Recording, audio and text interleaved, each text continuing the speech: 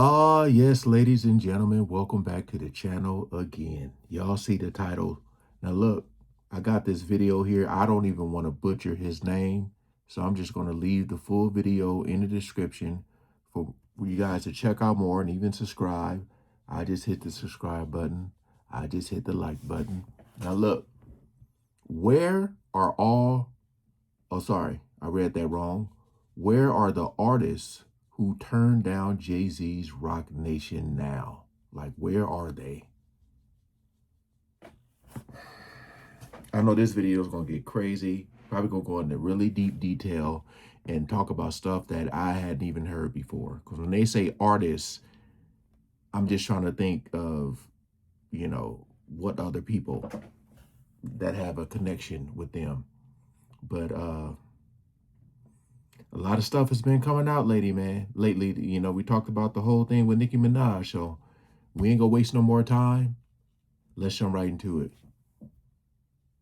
You don't become a billionaire on accident. However, many people believe that reaching that level of wealth often comes with a few skeletons in the closet. Recently, the high-profile prosecution of his longtime friend Diddy has put Jay-Z's past business dealings and industry interactions under intense global scrutiny. This has led many to ask, what happened to the artist who rejected Roc Nation? And it's not just his well-documented conflicts with figures like his former partner Dame Dash or R. Kelly being brought back into the spotlight. Because now, people are looking at the amount of people who refuse to sign with Roc Nation only to see their careers falter in the aftermath. Or, in the worst case scenario, they even lost their lives. It's your boy Luesta, and this is what happens when you say no to Roc Nation. Among the biggest earning entertainment companies in the world today, Roc Nation has grown at a rapid rate. Since their initial founding in 2008, they developed one of the most impressive rosters in music management while dropping albums from the likes of J. Cole, Rihanna, and of course, Jay-Z himself. While they have their critics, they are always praised by those who roll with them, including female hip-hop superstar Megan Thee Stallion. After signing to the company in 2019, the self-declared hot girl coach has always saluted Hove and the team, including its CEO, Desiree Perez. It just felt like I was in...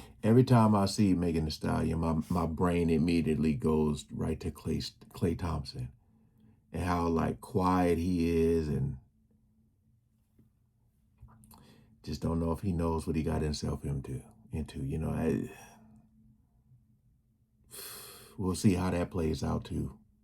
The right spot. Like I said, I was manifesting a lot of stuff for myself. Never did I ever think that I was actually going to be managed by the people that I looked up to. It just felt like a big family. They're just so intelligent. Like, they've been through everything. They still going through it right now, but they just know how to carry it. And I'm learning from the best. I feel like I'm in the right spot. I'm in the right position. I ain't never felt so like safe in a situation where I feel like these people got my back, and I just see how much they grind and how much they hustle and how much they let all the talk and whatever else people gotta say just roll off their back. I'll call Jay or Des. Des is the woman who really run shit at Roc Nation. And I'll be like, they saying this about me, they got me fucked up now. And they'll be somewhere on the island like, why you even care about that? They tripping like. And while that's exactly what Megan would want to have in her corner, there are rumors that the label flexed this power to make life very difficult for a man who was not just an enemy of hers, but a man who had turned down the opportunity to sign with them. Back in 2020, Tory Lanez was on a high when he attended the Roc Nation brunch. In May of that year, he had managed to free himself from his label at the same time that he had reached the peak of his commercial success. So when he pulled up to the famed annual event, he made quite a splash alongside none other than Megan. He seemed to hint that he was being courted by major labels such as Roc Nation. To be 100%, there's so many labels offering me so much money, like millions of dollars, he said. I've gotten offers that are life-changing, but I don't care. I already own my masters and publishing and everything. So I don't see any reason to give that to somebody else. But no shorter than 2 months after he was churning down these major deals, Tory's life would fall apart. On the night of July 12th, 2020, Los Angeles Police Department officers from the Hollywood Division responded to a call regarding shots fired at around 4:30 a.m. Lanez was pulled over and arrested for carrying a concealed firearm in his vehicle. Meanwhile, Megan Thee Stallion, who was present... I almost want to skip this story, man, just because we know the whole Tory Lanez situation, man. Let's see if he says anything different from what I know already. during the arrest, was taken to the hospital because of a foot injury. According to them, Lanez caused great bodily injury to Megan. From there, a bitter legal battle ensued, which I've talked about at length in other videos. But why this is relevant is because throughout the course of the legal process, which would eventually lead to Tory getting a 10-year sentence, he insisted that Roc Nation was trying to prevent him from telling his side of the story. Otherwise, there would be consequences. 2 days after that, I get a call from Roc Nation that says, yo, we heard you're gonna make a statement about what happened, and it'd be in your best interest if you don't make that statement. I'm like, okay, I don't understand what the issue of me telling my fans, like, yo, look, it's not that serious of a deal. I went to jail for whatever. It's like, I didn't get for that 2 days why that was an issue. 2 days later, the TMZ report come out. This wasn't even the only time that Tory alluded to this. On the track Sorry But I Had To from 2020's Daystar, Tory referenced the incident as well as his own business dealings with Jay's company. I made too much money with Roc Nation for them to be thinking I can't correlate the fact that it's only rappers out your roster hating. Contemplating these thoughts in my head, like, how the fuck you calling me threatening me not to make no statements? On another track entitled Bittersweet from that same project, he went at Hove directly and insinuated that he was hurt while also taking shots at the company's legal team, including Jill Scott. It hurt to say them words about Roc Nation management, cause Jigga whole career I've been a fan of it, and I'm just pissed about the way they handled it. I worked for this for years, and out of nowhere here comes Jill trying to come smear campaign and damage it. Although he was eventually found guilty, the notion that Roc Nation was somehow involved has persisted, as his father took up the fight. In an emotional speech outside the courthouse, his dad said that Jay-Z and others ought to be ashamed of themselves. You wanna know how I feel? I'll tell you exactly how I feel. I got some names that I want to call. Alex Spiro, Desiree Perez, and the whole wicked system of Roc Nation, including you, Jay-Z. Yes. You who say you rose from the gutter, but you have traded and bartered the souls of young men, and you're still doing it. Even from behind bars, Tory's insistence that Roc Nation interfered will not subside. Most recently, it was the churn of his own legal counsel, Sean Hawley, who he believes had a prior relationship with Roc Nation before becoming his lawyer. In his complaint, he called for her to face disciplinary action over what he described as serious ethics breaches, and demanded a refund of the hundreds of thousands of dollars he had paid her. This followed allegations that she instructed a DNA expert not to conduct tests on the gun involved, and abruptly withdrew from Lanez's defense just 5 days before his guilty verdict, despite being paid nearly $300,000. In addition to his quest to take down Hawley, he also spoke out against Desiree Perez, CEO of Roc Nation, who he believed played a role in assisting Megan with her statements to the police regarding the 2020 shooting incident. At the moment, Tory isn't eligible for parole until 2029. But if how he feels at the moment doesn't change by the time he gets out, you can bet he'll be coming at Roc Nation's next on tracks and IG lives as soon as he's out. While Tory has hopes of turning his life around in time, not everyone that previously turned down Roc Nation is so lucky. Because for a rapper who went by the name of Young Dolph, his time was tragically cut short. Allegedly. A mainstay of Memphis hip-hop, Young Dolph was a hugely talented rapper that delivered anthems for the streets over the course of a 13-year-plus career. And if you don't know anything about Dolph, you know he's a rapper who retained his independence at all costs, regularly shutting down rumors that he'd signed to labels that were trying to court him. For the last fucking time, I am not signed with nobody and never have been. Been independent my entire career. The leader of his own paper route empire, Dolph may have gotten cosigns, but he never had another boss other than himself for the entirety of his career. It was just because of everything, bro. You just don't know. Bro, people tell me Dolph signed with Grand Hustle. You know what I'm saying? Like, I ain't never been signed to Grand Hustle. That's my dog. Like, shout out to T.I. That's another nigga, like, I salute, respect in the game. Dolph signed to CMG, yo, guys. No, I ain't signed to CMG. And the most out of all of them, Dolph was signed to Brick Squad. No, you know what I'm saying? Gucci, that's my dog. That's my trap brother. I mess with him, you feel me? Like, he showed me a lot of love, so I showed him love back. Where I come from, man, anybody show you love, man, and show you that they want to see you win, you can't do nothing but embrace that. Show them the same love. You rock with them like they rock with you. You feel what I'm saying? Like, come on, man. But, come on, it's just like I said, man. I was playing a quarter ticket before I ever met Gucci, man. And I met Gucci, man, way before people were talking about this. I was signed with Brick Squad, signed with Brick Squad. So, come on, man. That's old. But there was a time where he did strongly consider signing to a label. And going on the strength of the clues he provided, it seems obvious that it was with The Roc. In various interviews after it went down, Dolph alluded to how he turned down a life-changing sum of money. Man, I got myself in a fucked up ass situation, dog. I don't know what the fuck to do, dog. Nah, man, really tell you the truth, I do know what to do, but I'm gonna let y'all know what's going on. Bro, for the last 6 months, I've been having a motherfucking $22 million contract debating on should I do the deal or not.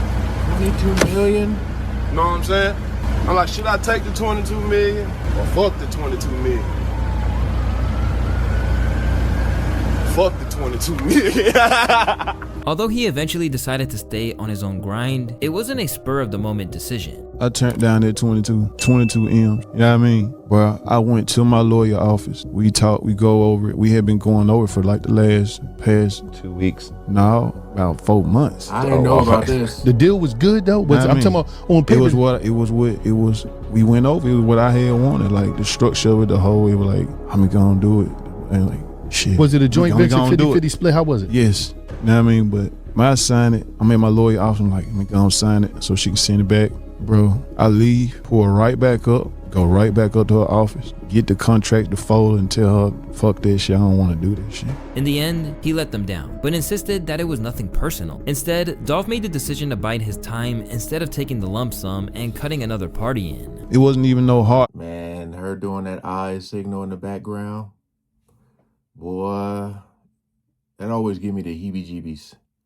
Feelings wasn't nothing against them or none. It's like, I stand on this shit. I stamped this shit. A lot of people talk this shit. I stand on this shit. You know what I mean? So it's like it didn't, like, okay, 22 million. What's the difference between you getting that 22 million at one time and you getting it over a 12-month span of time to an 18-month span of time? Right. What's the fucking difference? Right. What you finna do with it? By August of 2020, Dolph was dominating his own wave, alongside his own project's signature of a man who had the youth hanging on his every word. No. From the outset of his career, XXXTentacion was an individual who captured the public's imagination. On early tracks like Look At Me, the Floridian rapper laid out the blueprint for a whole new approach to the game, which fascinated everyone who encountered it. So much so that labels were ready to immediately overlook the fact that he was in jail and facing domestic abuse charges, eagerly reaching out to gauge interest in signing him, including none other than Roc Nation. In an interview after the fact, a former roommate of Roc Nation revealed that while he was locked up, they reached out to try and get him to sign a deal. I was on the phone with Roc Nation, and I was on a fucking call with AR from Roc Nation. This nigga was like, yo, we trying to sign X. And I remember like talking to X, fucking phone calls from jail with the people that's like calling him to make deals with him, trying to sign him to, you know, wherever, trying to sign him to a label. I was on the phone with Roc Nation, and he was like, yo, we're trying to sign X.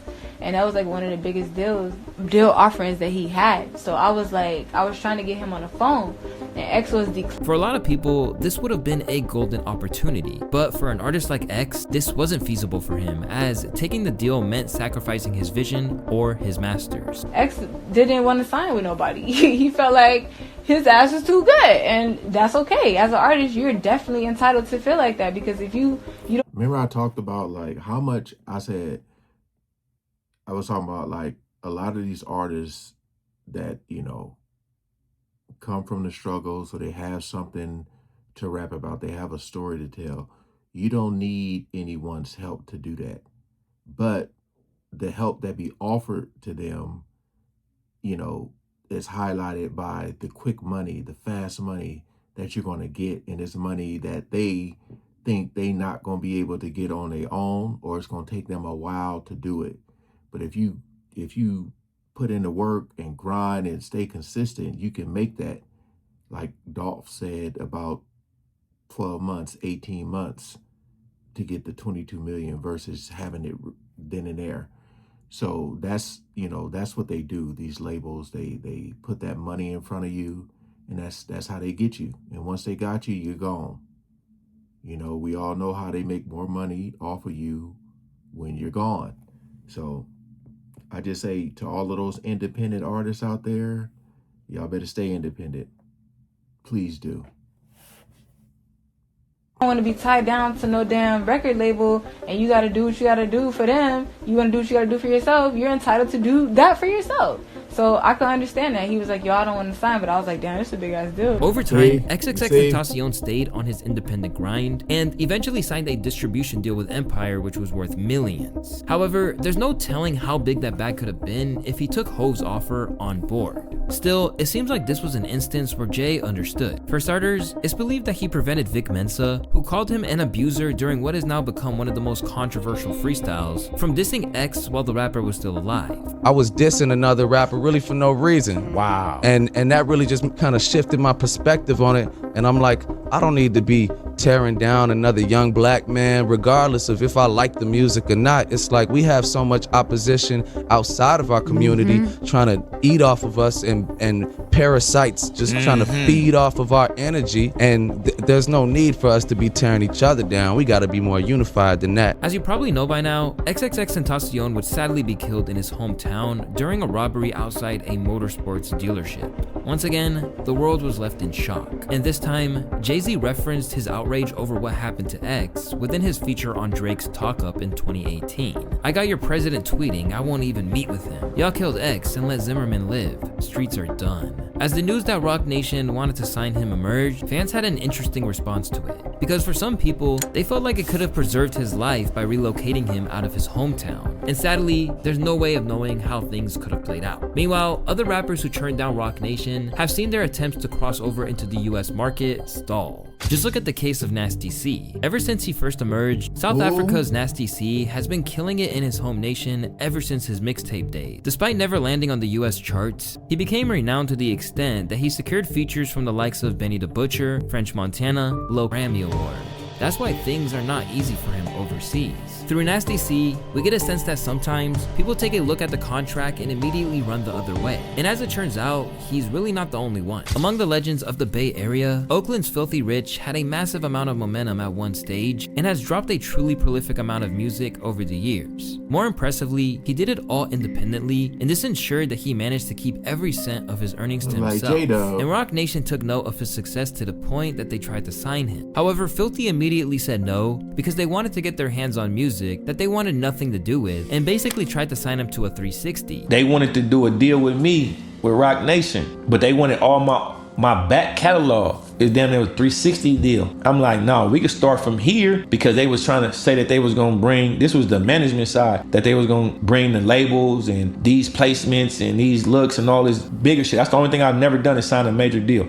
So I was with it for like an album or something to see how it worked. And then, they didn't want to do it that way. They wanted to do it this way. They want a piece of touring and merch and everything. So luckily I didn't do it, because right after that the pandemic hit. So it wasn't even no touring. So if I'd have signed that, they would have just been getting paid off my back catalog that they had nothing to do with. And I wouldn't ever been got paid for no shows, because I wouldn't be able to do nothing. So luckily I didn't. You get what I'm saying? Shockingly, he's not alone in this either, because Sauce Walka has a very similar story. The Texas-based rapper had a major come up in the mid-2010s, dropping tape after tape via his own Sauce Factory imprint. Similar to the approach with Filthy, Roc Nation set their sights on the Haitian rapper, but their demands for a larger share of his earnings were more than what he was willing to agree to. Jay had his people reach out to me, and we all got on the call and shit, and we all talked about it, and you know what I'm saying, and they sent me over some contracts, and with Roc Nation it was a cool deal, $5 million management deal,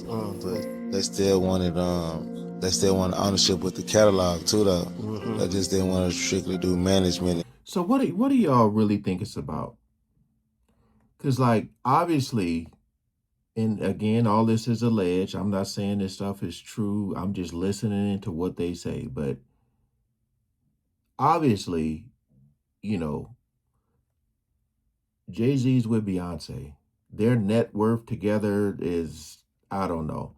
You don't need the money, right? You don't need to sign these people. You don't need the money. So it just got to be about the power, the control, right? If this is all true. Because it's like, he don't need to sign nobody. He don't need to do nothing no more. He could literally stop all his whatevers right now and be good for the rest of his life. So it's that whole power, that control, like, it's crazy to me. touring and shows and like other sorts of publishing, like that type of revenue without the catalog. They wanted my entire catalog to be moved over and woo-through wham, and that's just something that I always never been comfortable with because I'm an artist that came in guns swinging. So I recorded a lot of albums every year that I released. Since then, Sauce's career has had its fair share of ups and downs, including a whole succession of legal issues. Despite this, one of the drippiest rappers to ever live insists that he's always getting money regardless. You know, then we got the corporate stakes right here. You know, we stakes, we got ones, we got 20s, 50s, you know what I'm saying? Then we got them. 10, 20, 30, all blue. Blue clues. I cannot stand when people do this, man. And then they be wondering why they be getting got, you know. Because a lot of times these people who be in these videos with you, that's all you gonna give me? All right. Yeah, man. But no rest. Blue clues, man. You know what I'm saying? We ride around with 100. We ride around like that. Naturally. Hey, I'm going straight to hearing. Every time I get paid, I'm going to hearing and I'm getting laid. Oh, it was another. Oh, damn. There was another.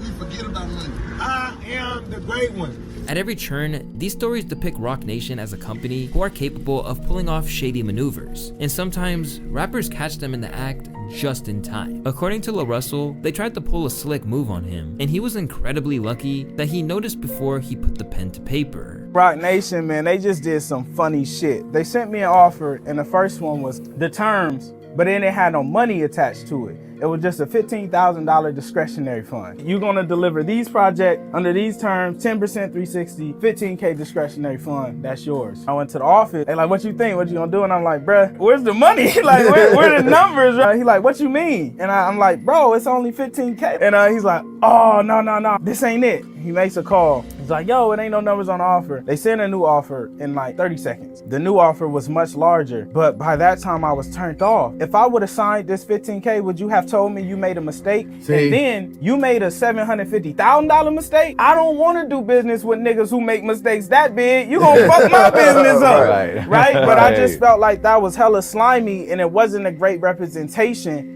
And that's why I was like, I gotta holla at Hov, cause do you know your niggas moving like this? Right. And if you do, I see, it's good. I see you, but I just it felt disrespectful. While these stories are damning and the fates of many rappers who ignored their attempts to sign cause suspicion, there are others who have prospered after turning down Roc Nation. In fact, they seem mindful that they dodged a bullet by managing to avoid signing to the company without sacrificing the relationship with Jay-Z. Mentioned by Jay's longtime friend and collaborator Ty Ty, St. John opened up about why he didn't sign to the company and said that betting on himself was among the best decisions he's ever made. And by the 36th month, we should have a hit record, right? Based on the plan. It was a real plan nowadays. They want you to come in, ain't no A&R, you gotta come with the plan. You gotta know, it's you. So how you do business with Jay and Roc Nation now? I didn't. We ain't doing nothing. Why? It wasn't the right thing at the right time. Y'all still talk? Yeah, we all got a great relationship.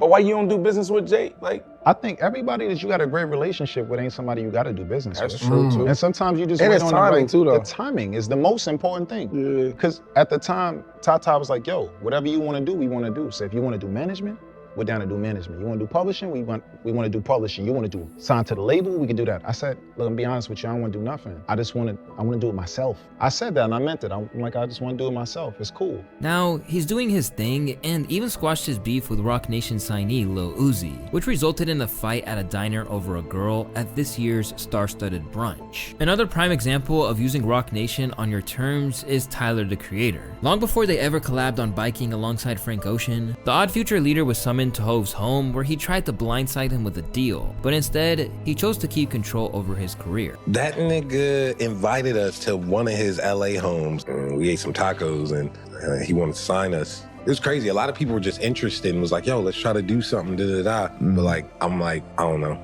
nah. I just want creative control and then do everything. After he came forward with this story, people were very happy that he made the call. Very good move for Tyler. But that wasn't the end of their interactions, and in the years since, he's taken Jay's help on his terms. Going to that man's house is just enough to just be like, oh, you could do this. You could like be a fuck up, figure it out, be good, be great, and do this. And like, bro, that man's what, 51? Bro, he has the spirit of an excited 16-year-old at basketball camp.